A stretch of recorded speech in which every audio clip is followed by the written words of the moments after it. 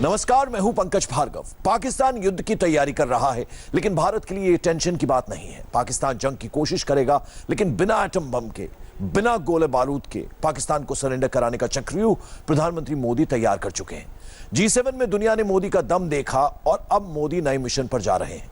मोदी उससे मिलने जा रहे हैं जो G7 में नहीं था। मोदी के इसी मिशन पर चीन और पाकिस्तान की नजरें टिकी हुई हैं।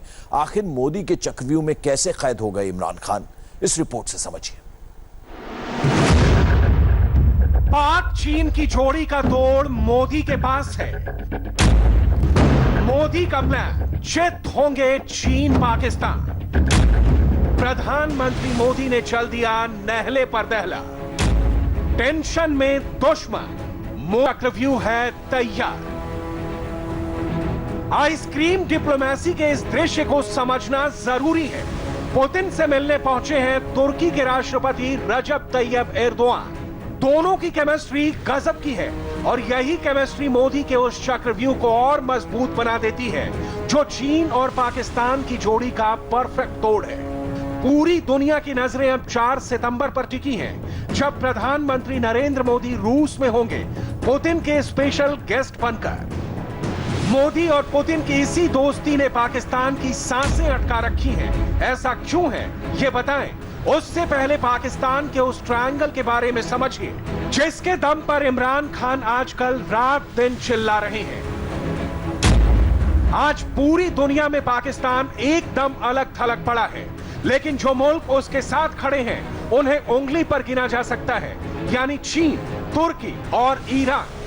यही वो 3 मुल्क हैं जो पाकिस्तान के सपोर्ट में हैं, लेकिन कश्मीर के मुद्दे पर प्रधानमंत्री मोदी ने पाकिस्तान के ट्रायंगल से निपटने का सॉलिड रास्ता खोज लिया है।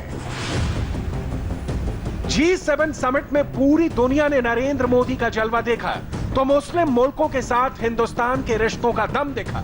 ये मोदी की दमदार डिप्लोमेसी है, जिसके दम पर यह समझना मुश्किल नहीं कि चीन और पाकिस्तान एक साथ रहें तो भी हिंदुस्तान का कुछ बिगड़ने वाला है।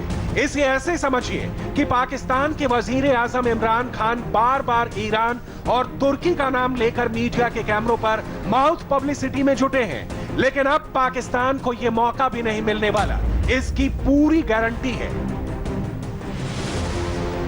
याद रखिए, मोदी के दौरे से ठीक पहले तुर्की के राष्ट्रपति का रूस दौरा बहुत अहम है। रूस का बहुत अच्छा दोस्त है तुर्की।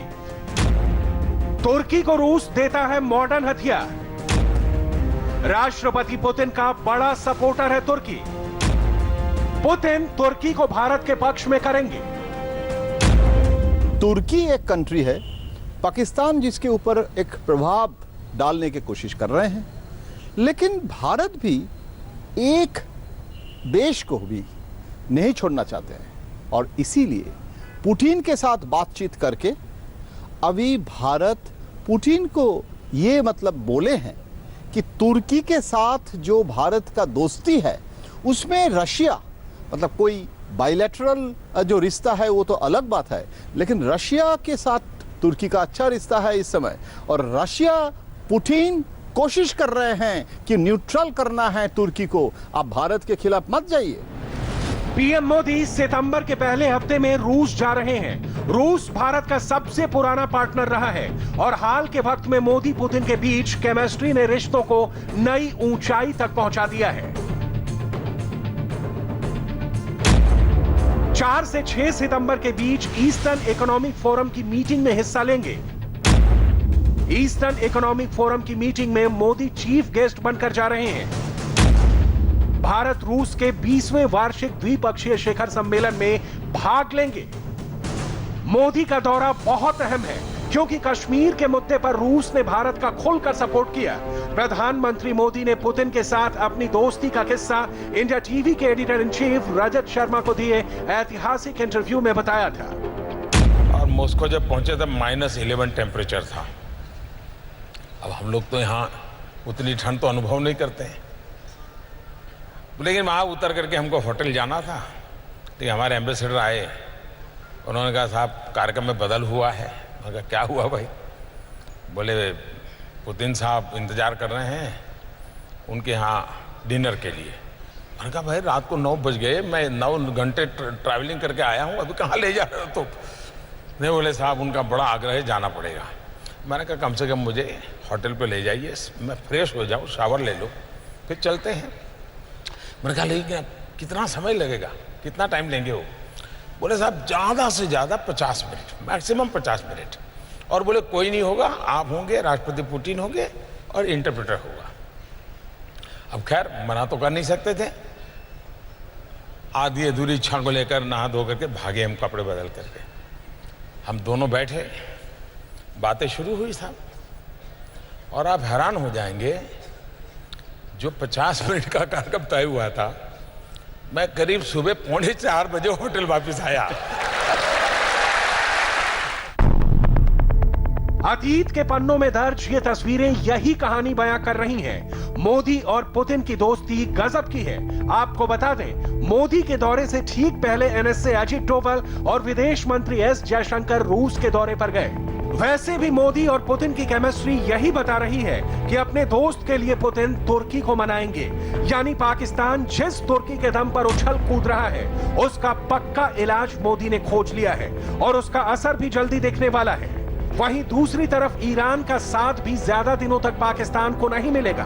दरअसल G7 समिट के दौरान एक चौंकाने वाली तस्वीर सामने आई थी, जब अचानक G7 के मौजूदा अध्यक्ष फ्रांस के राष्ट्रपति इमैनुअल मैक्रों ने ईरान के विदेश मंत्री जावेद जरीफ को बुलाया था। ईरान ना तो G7 का मेंबर है और ना ही मीटिंग में विशेष आमंत्रित सदस्य था, लेकिन वो पहुंचा।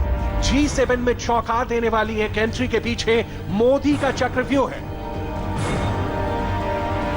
पाकिस्तान के खिलाफ भारत एक चक्रव्यूह बना रहे हैं और उसमें देखिए ईरान जैसे एक छोटा कंट्री, भारत के साथ ईरान का दोस्ती बहुत सालों का है और ईरान हमारे साथ जो रिश्ता आज भी मेंटेन करते हैं, पाकिस्तान को अच्छा नहीं लग रहा है, पड़ोसी का पड़ोसी है ना। और इसीलिए इस समय ईरान के ऊपर पाकिस्तान दबाव डाल रहे हैं कि भारत के खिलाफ जाने के लिए, लेकिन भारत अभी चक्रव्यूह बना रहे हैं, उसमें ईरान को भी साथ रखना चाहते हैं। और उसमें देखिए जो ग्लोबल सिस्टम में अभी फ्रांस मदद कर रहे हैं भारत को, और फ्रांस ईरान को कह रहे हैं कि ऐसे मत कीजिए। और G7 में ईरान भी आमंत्रित थे, सदस्य नहीं है, और फ्रांस के साथ ईरान के बातचीत में फ्रांस ने भी अभी ईरान को इन्फ्लुएंस कर रहे हैं। तो इसमें मुझे लग रहा है कि इस समय पाकिस्तान और ज्यादा आइसोलेट हो रहा है। अब तक पाकिस्तान ईरान के सपोर्ट का दावा करता है, लेकिन प्रधानमंत्री मोदी के लिए फ्रांस के राष्ट्रपति मैक्रो अब ईरान को मना रहे हैं। यानी आने वाले दिनों में पाकिस्तान पूरी तरह से अलग थलग पड़ने वाला है। मोदी का चक्रव्यूह हिंदुस्तान के साथ अमेरिका, रूस, ब्रिटेन, फ्रांस, जर्मनी, सऊदी अरब, बांग्लादेश, यूएई, इंडोनेशिया है, तो पाकिस्तान के साथ सिर्फ चीन है। प्रधानमंत्री मोदी के पास चीन और पाकिस्तान की जोड़ी की हर चाल का जवाब देने के लिए चक्रव्यूह तैयार है। ऐसा चक्रव्यूह जिसे भेदने की ताकत चीन और पाकिस्तान के पास नहीं है।